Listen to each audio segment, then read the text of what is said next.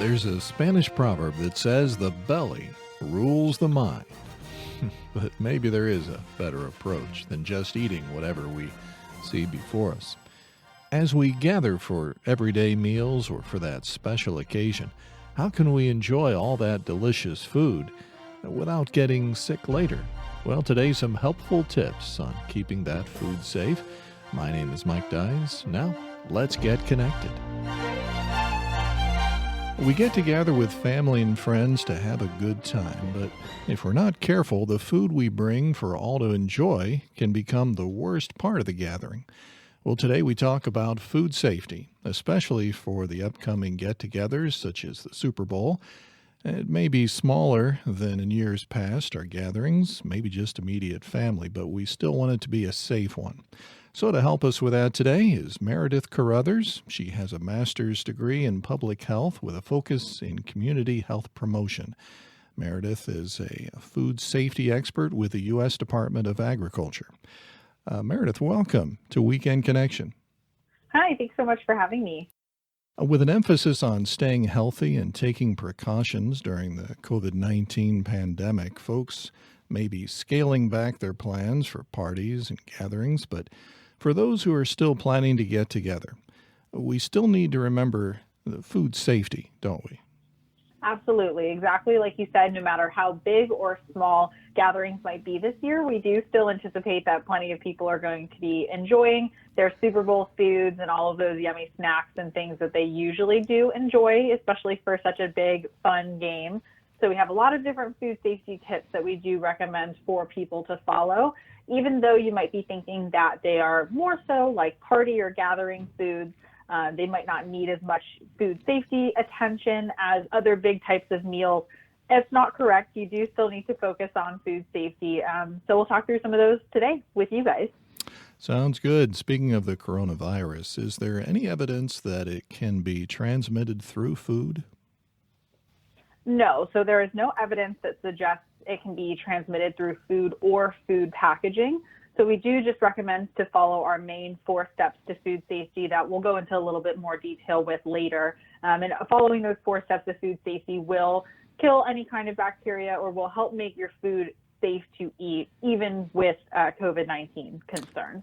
All right. Well, let's talk about some food poisoning tips. A lot of the food safety is to avoid that, of course. Someone hears that term, they wonder, what happened to my food to make it poisonous? So maybe we should start with a little explanation of what that means when we use that term. In general, meat and poultry products do have naturally occurring bacteria in them. They're not technically considered sterile products, although here at USDA's Food Safety and Inspection Service, we do regulate those products and make sure that they are safe and wholesome for consumers to eat and to purchase. But it doesn't mean that they are technically sterile and that they don't have any bacteria present. So with that, we do really encourage everyone to follow food safety steps in their home to make sure that those foods are not going to make you sick. So anytime you have a raw product, there's going to be that bacteria concern or, bacteria present. That could be a concern if you are consuming those from the raw products. So our 4 food safety steps that we usually recommend for everyone to follow that will mostly take care of any of those bacteria concerns and help reduce foodborne illness are clean, separate, cook, and chill. Clean means starting with clean hands and surfaces and making sure that you're washing those hands throughout food preparation to help prevent bacteria from spreading around the kitchen via your hands. Separate means using separate cutting boards, utensils, plates, and those types of things, and separating any kind of raw meat and poultry products from your ready-to-eat foods or foods that you aren't going to be cooking later on. That'll help make sure that that bacteria is staying away from any of those products and any of those surfaces where they could transmit from your hands or your utensils and other stuff like that. Cook means cooking it to the safe internal temperature as measured by a food thermometer. If you do that, it'll kill any of those bacteria that are present and help make sure that it won't be something that you're then consuming later on. And using a food thermometer is the only sure way to tell if those foods have reached a safe internal temperature high enough to kill those bacteria. So we do really recommend using a food thermometer. And then chill means leaving not leaving your foods out for too long of an amount of time and making sure they're getting into the refrigerator so any other bacteria don't have time to grow and make your foods potentially unsafe. So, like I said, those meat and poultry products, when you purchase them raw, aren't sterile. So it's important to keep those food safety steps in mind. Mm-hmm. And then other things happen, throughout the transportation process and just through preparation in your own home. Like I mentioned, if you're handling a raw product and then, going and touching something like lettuce for a salad and stuff like that, there's that cross-contamination that can happen and essentially transport those bacteria around your kitchen. And those are some of the considerations and why we have to have this conversation in general. Mm-hmm. Well, a lot of good information there. We'll get into more detail of some of those things as we go through our discussion today. Let's talk about those who might be a little more likely to get food poisoning than others. I'm thinking of maybe older folks or very young children. Are they more apt to get something like food poisoning? They can be, yes. So the reason for that is because they have a compromised immune system, or an immune system that is not fully functioning as high as somebody who is healthy.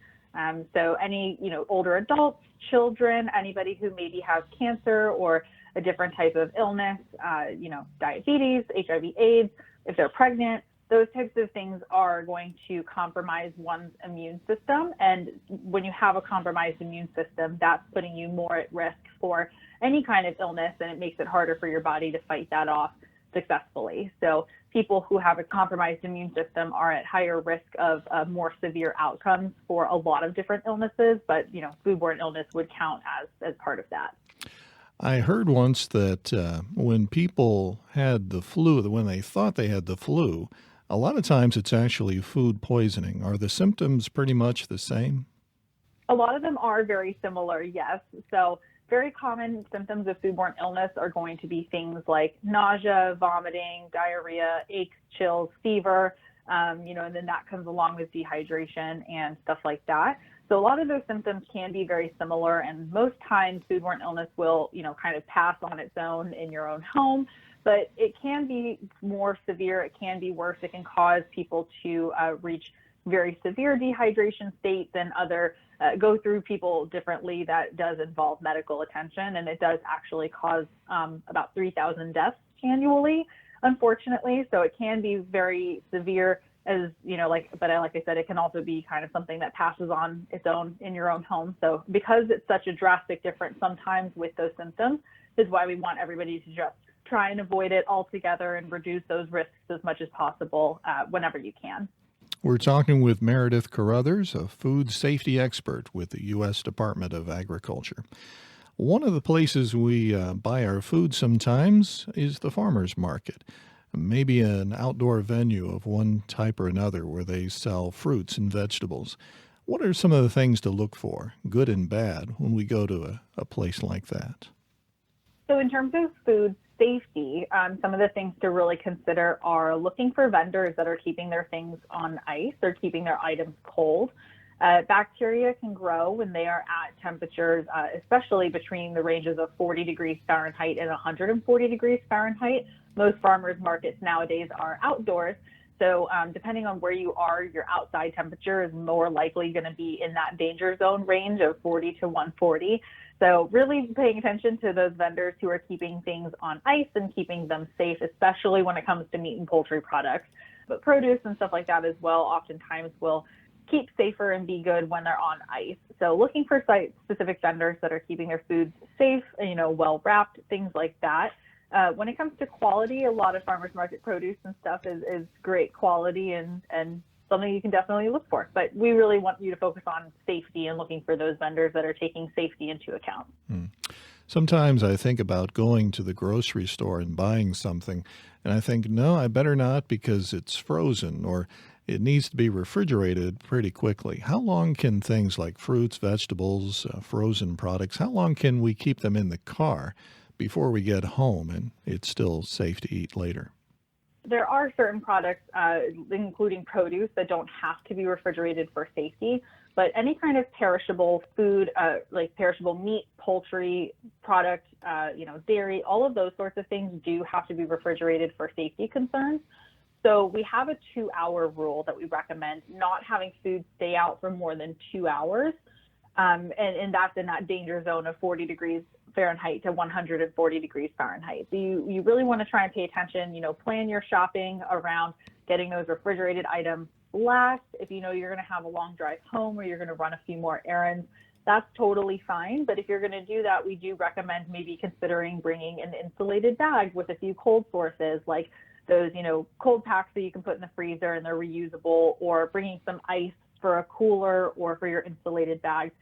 If you're keeping those things on ice and keeping them nice and cool, you're essentially creating a refrigerated environment for them, which will act the same as the refrigerator, and that 2-hour rule won't be as much of a consideration. But if you do have them just out, as if you take them out of the refrigerator at the grocery store and you're transporting them to your home, you do have to get those back into the fridge within a 2-hour time frame, or 1 hour if your temperature is above 90 degrees Fahrenheit. We're talking with Meredith Carothers, a food safety expert with the U.S. Department of Agriculture. All right, so we've bought the food, we've kept it refrigerated and frozen properly. How do we know when to bring it out? Is there a certain guideline of when it's good to start bringing the food out on the day of the party? You do have to pay attention to that time frame and make sure they're not staying out for more than 2 hours. The way to kind of get around that time frame is if you want to keep your hot foods hot and your cold foods cold. That will help make sure that they're staying at a safe temperature longer than that 2-hour time frame. So an example of that would be if you make chicken wings or you have chili that you want to serve to your guests or to your family, having that in a slow cooker or in something like a chafing dish that will help keep it warm above 140 degrees Fahrenheit are great options that'll help keep it at a safe temperature. So if you're putting your chili in the slow cooker and it's done cooking, put it on that warm setting and or warm or low setting, and then it'll help keep it nice and warm. In terms of keeping your foods cold, I love good chips and salsa on any kind of a watch party. So keeping that salsa on a bath of ice or, in a bowl, a nest of ice. So, put some ice in a bowl and set the salsa right in that. So the ice is going around the salsa container will help keep it nice and cool.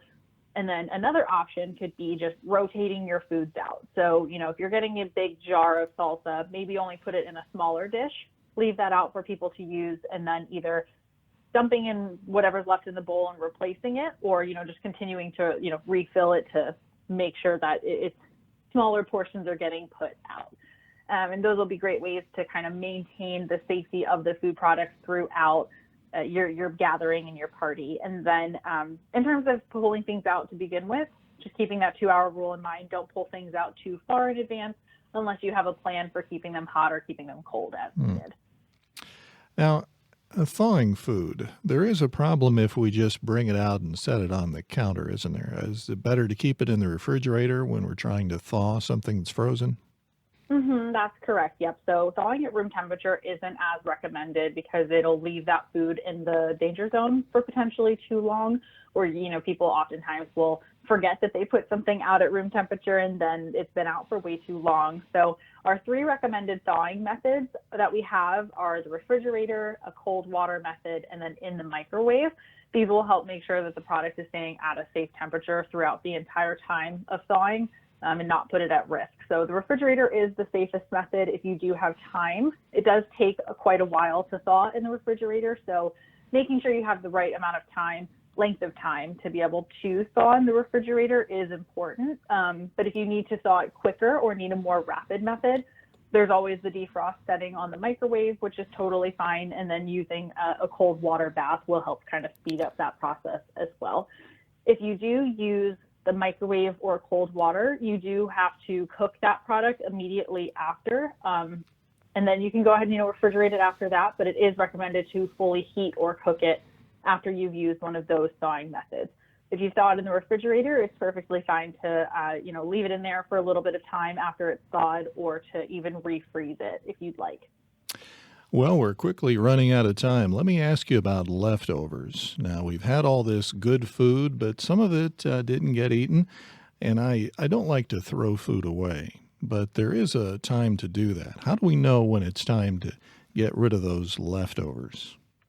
So we do recommend to freeze or use your leftovers within about 4 days after they've been prepared.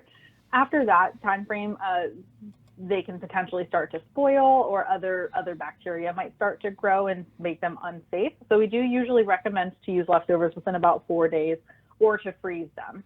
If you have them past that, they just, like I said, they might start to spoil. So we don't really recommend going much past the 4-day time frame, but as long as things aren't looking like they're going to spoil and it hasn't been more than a week, usually that should be okay. But about 4 days is what you want to stick to. All right.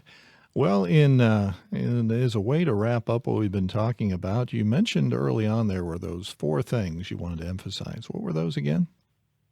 Yep, clean, separate, cook, and chill. All right. Well, if you want more information, how can listeners find out more about being ready to be food safe? Absolutely. So we have lots of great resources on our website, foodsafety.gov. We also do have a meat and poultry hotline here at USDA, which has live food safety experts like myself available to answer any questions. Sometimes, situations come up where resources that we have printed on the internet or printed don't quite answer your question as well as it should. So we do have our live food safety experts available to talk you through your situation or help answer any questions. You can call us at the Meat and Poultry Hotline at 1-888-674-6854. So it's 1-888-MP-HOTLINE. Or you can live chat with us at ask.usda.gov. Both of those were available Monday through Friday from 10 a.m. to 6 p.m. Eastern Time, except for federal holidays. Very good. We've been talking with Meredith Carothers, a food safety expert with the U.S. Department of Agriculture. Thank you very much for sharing with us today, Meredith. Thanks so much, and have a great Super Bowl holiday. Yes, and you too.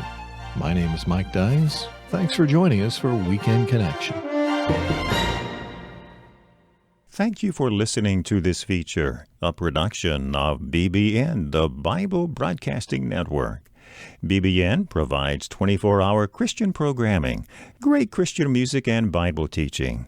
Listen to BBN by clicking the link in the description.